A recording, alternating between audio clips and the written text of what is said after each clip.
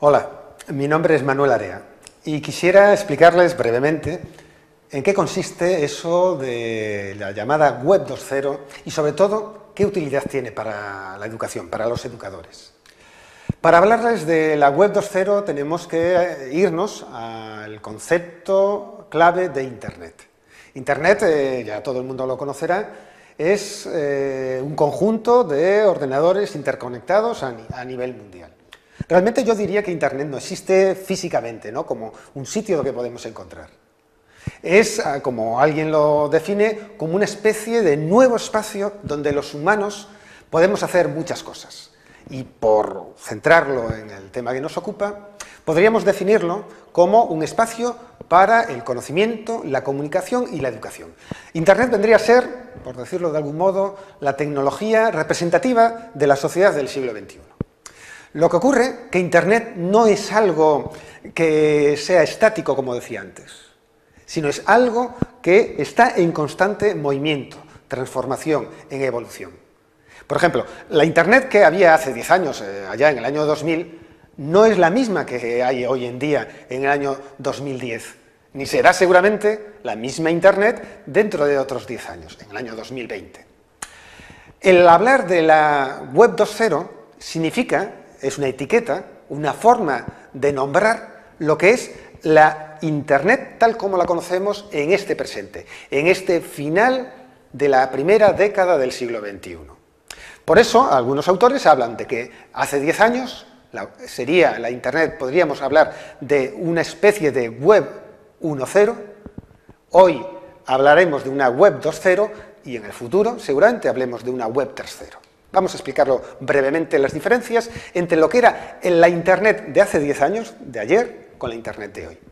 Miren, si ustedes eran usuarios de Internet hace 10 años, lo que harían habitualmente, evidentemente hay distintas variaciones en función de los usuarios, pero lo que hacíamos la mayor parte de los usuarios allá a finales del siglo XX, en los años 98, 99, 2000, era fundamentalmente acceder a Internet para leer documentos, para visitar sitios web donde uno encontraba información. Por eso hablamos de que la llamada Web 1.0, la de hace ya una década, vendría a ser como una especie de red de documentos. Internet era como una biblioteca de lectura de información. Sin embargo, hoy en día esto se ha transformado. Realmente la información, más que generada por otros, está siendo generada por los propios usuarios. El concepto de Web 2.0 fundamentalmente hace referencia a que la Internet la estamos construyendo entre los ciudadanos, entre los usuarios que estamos intercomunicados a través de las redes tecnológicas. Por eso, cuando uno entra en Internet hoy en día, además de leer, de visitar sitios web, lo que hace es escribir, comunicarse a través de foros, a través de blogs, a través de wikis. Y comunicarse, cuando digo escribir, es ofrecer información que a veces adopta formato audiovisual. Por ejemplo, con los videoclips cada vez es más fácil que cualquier ciudadano con su teléfono móvil o celular grabe acontecimientos o con una cámara de fotos digitales y las suba a la red y las comparta. Por eso hoy decimos que la Web 2.0 fundamentalmente es una red social de personas intercomunicadas que intercambiamos información. Esto significa que la Web 2.0 podemos definirla como una determinada filosofía, un determinado modo de entender lo que es el comportamiento en la red. Por ejemplo, algunas ideas básicas serían de esta filosofía, de este modo de entender de lo que debe ser el uso y el comportamiento dentro de Internet, es que hay acceso libre a la información.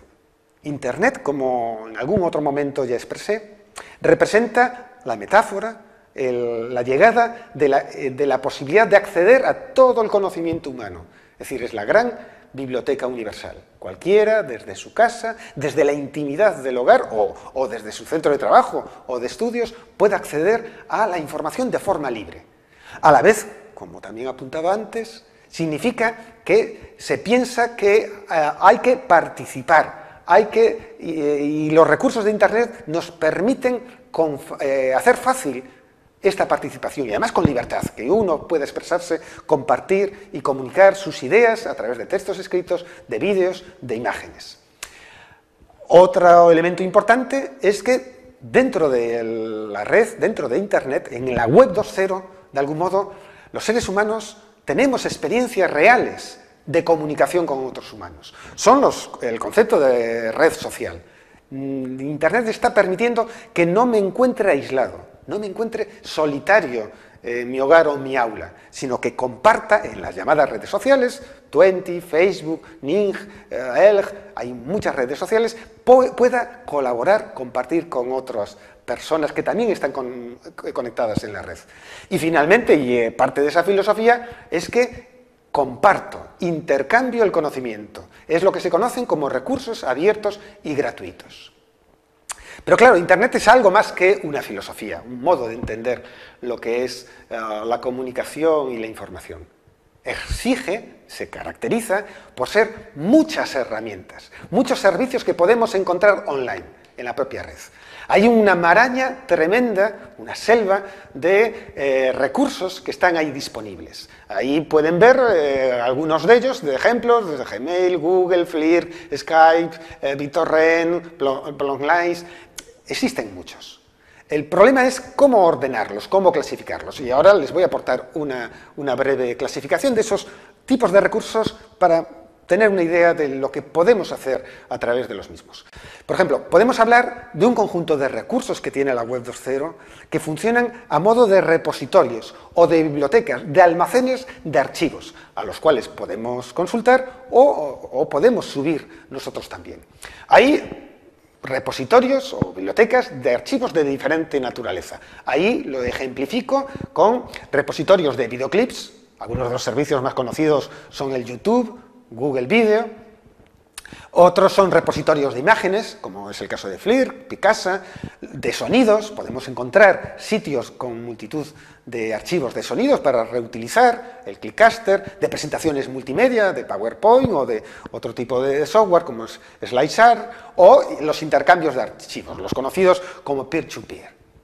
A la vez podemos encontrar otro conjunto de recursos que nos sirven para la comunicación, para la configuración de una comunidad virtual o red social. En ese sentido podemos hablar, por ejemplo, de comunidades virtuales de propósito general para encontrarnos amigos, para el ocio, como Twenty, Twitter, Facebook, etc. Pero también hay otro tipo de redes más focalizadas temáticamente que son muy útiles a nivel sobre todo a nivel de uso profesional y de intercambio entre educadores, como el caso de Ning, Elg, Groups. Hay otros servicios de la web 2.0 que nos permiten publicar, es decir, expresarnos con facilidad. Los más conocidos son los blogs.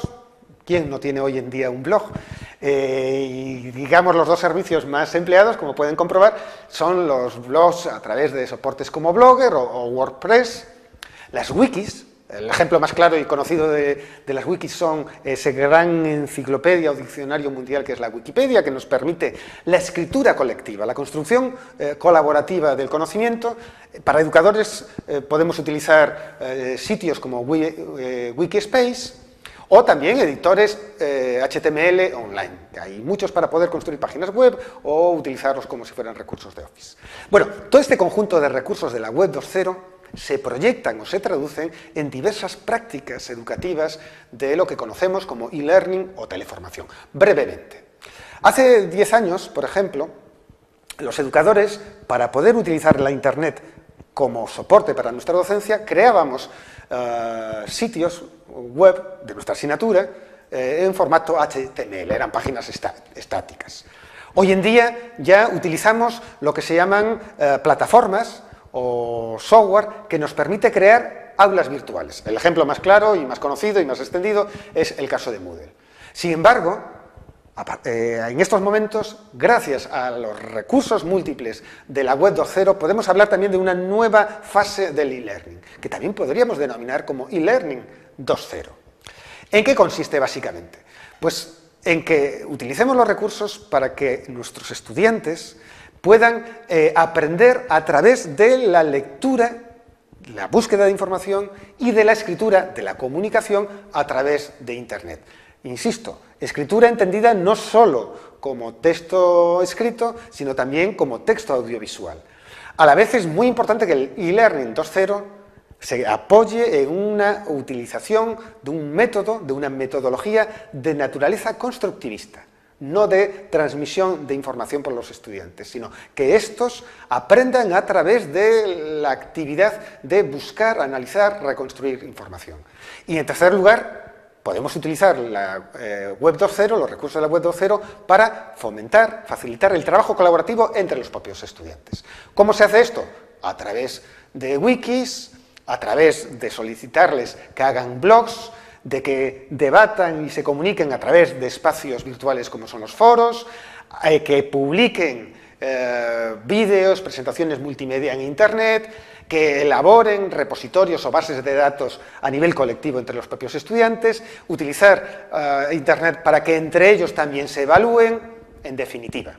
Y concluyendo, para ser un profesor de este nuevo enfoque del e-learning, del 2.0, es fundamental asumir algunas cosas. En primer lugar, pensar que el aula virtual, que el e-learning, no puede quedar constreñido al mero hecho de utilizar una plataforma cerrada, sino convertir Internet o todos los recursos de Internet en una plataforma abierta.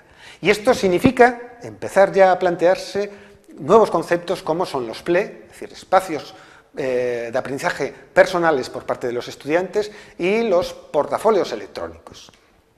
En definitiva, tenemos que también, como docentes, que utilizamos los recursos de la Web 2.0, asumir esa filosofía que nombrábamos antes de permitir el acceso libre a la información y, en consecuencia, tenemos que compartir y hacer públicos nuestros recursos que generemos como docentes. Es el concepto de recursos educativos abiertos. Y me gustaría llamar la atención a los derechos de propiedad, que hasta ahora han sido el copyright, que han quedado encerrados en el autor y en la industria o la empresa propietaria de ese copyright, para hablar de otra forma de compartir los documentos, que son las licencias copyleft y particularmente la Creative Commons.